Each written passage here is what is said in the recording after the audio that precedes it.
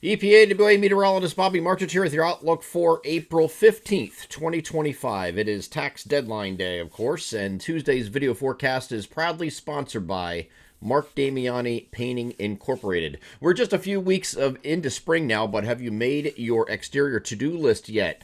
Take a look at those garage doors and shutters. They may be faded and could use a fresh coat of paint or change of color, perhaps. Your deck or concrete sidewalks might have mildew on them, and they can pressure wash them as well. They are here for any of your painting and pressure washing needs this spring. They are family owned and operated with over 40 years in business, so you can't go wrong with their exceptional attention to detail and great customer service.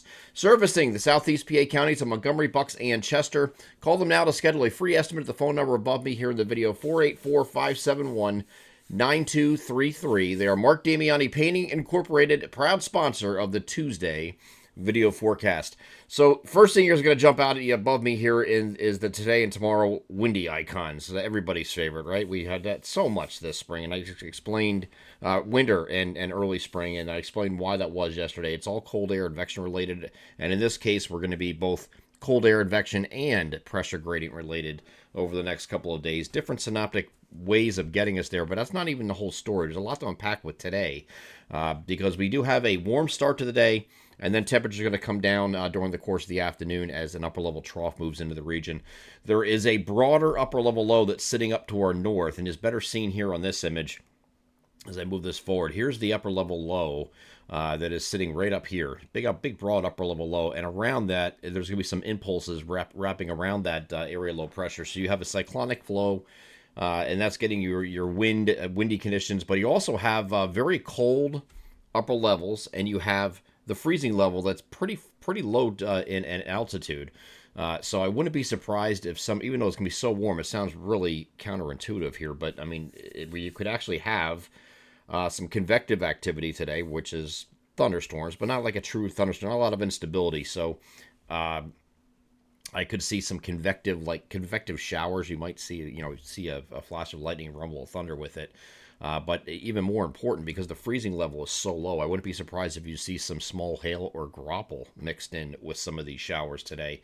It's not going to be very much, but they're just hit or miss type stuff, stray showers, isolated, whatever you want to call it. New twist to this is this is the front from last night down here. See this little blip here? That's last night's front. The newer guidance this evening on the NAM and the high resolution rapid refresh are suggesting this front is going to be hung up a little bit. So that means our southeastern areas could have some showers here in the morning. It gets awfully close to I-95. So that's a little twist in the forecast if this ends up being correct. Everything else has it pretty much further south, but just be on the lookout here in the morning hours, especially maybe in early afternoon, where you have some showers continuing across our southern areas, southeastern areas, as shown here. Okay. Then once we get past that, once we get in the afternoon, this will go off the coast. But see these little pop-ups? This is in front of a secondary front that's going to move through tonight, but there's that upper level energy is sparking these kind of instability showers just popping up, and these are convective in nature. So again, you could have some small hail or graupel mixed in with some of these showers, and you'll be like, what the heck? It's why am I getting frozen precipitation when it's 60 degrees? It can certainly happen. It's just the freezing level is just so low, it doesn't have time to melt before it comes down. But these will continue into the late afternoon, maybe even early evening before that wanes. With the loss of daytime heating, you get that going away. But here's what we look at. Temperatures in the early afternoon. You're still in the 60s, so it's still quite warm at this point, but then the temperatures drop off pretty significantly in the afternoon. By the time we get to around dinner time, you're already down into the low to mid 50s. So it's a big change, and you see the temperatures above me are going to be different between our northwest areas and our southeastern areas, where 65 can occur in our southeastern areas are closer to the shore points.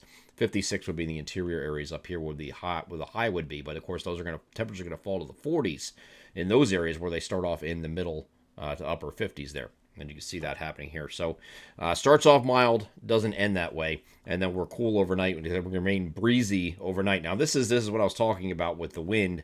Unfortunately, we have this again.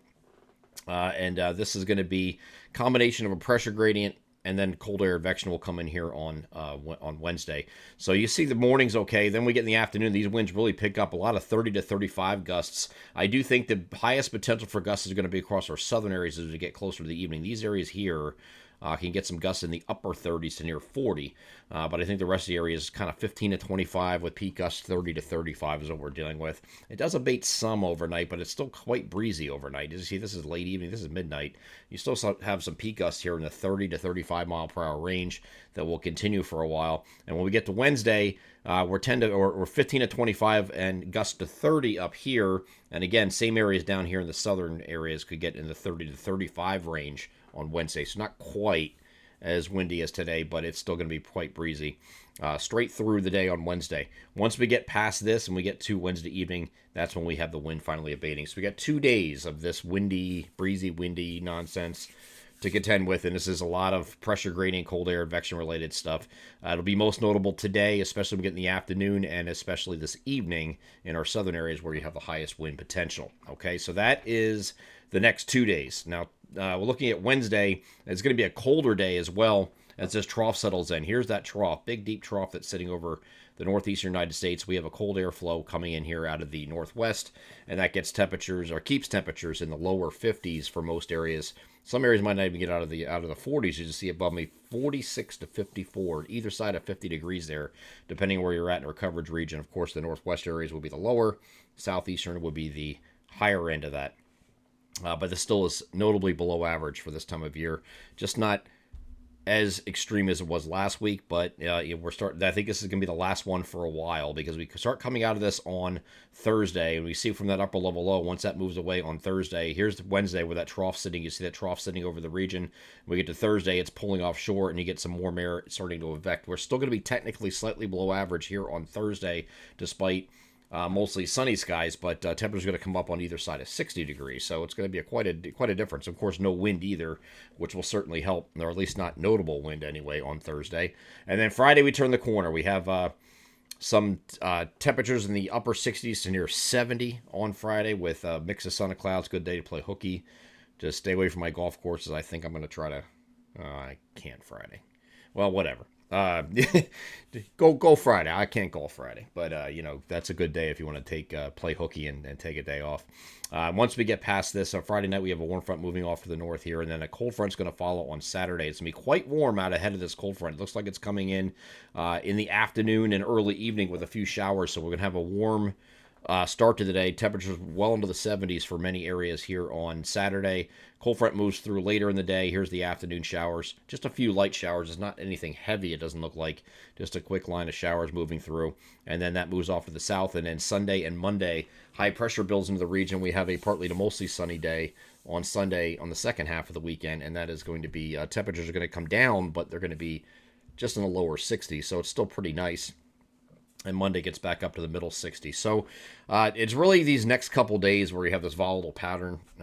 Hopefully we're going to be turning the corner here very shortly, and I think we are, especially once we get into next week. I think we're going to have temperatures that are going to be consistently at least slightly above average. We'll have several days of well into the 60s and 70s, so we'll have some nice spring-like weather coming next week, and it does look drier than average next week as well. I'm EPAWA meteorologist Bobby Marters. That is your outlook for April 15th, 2025.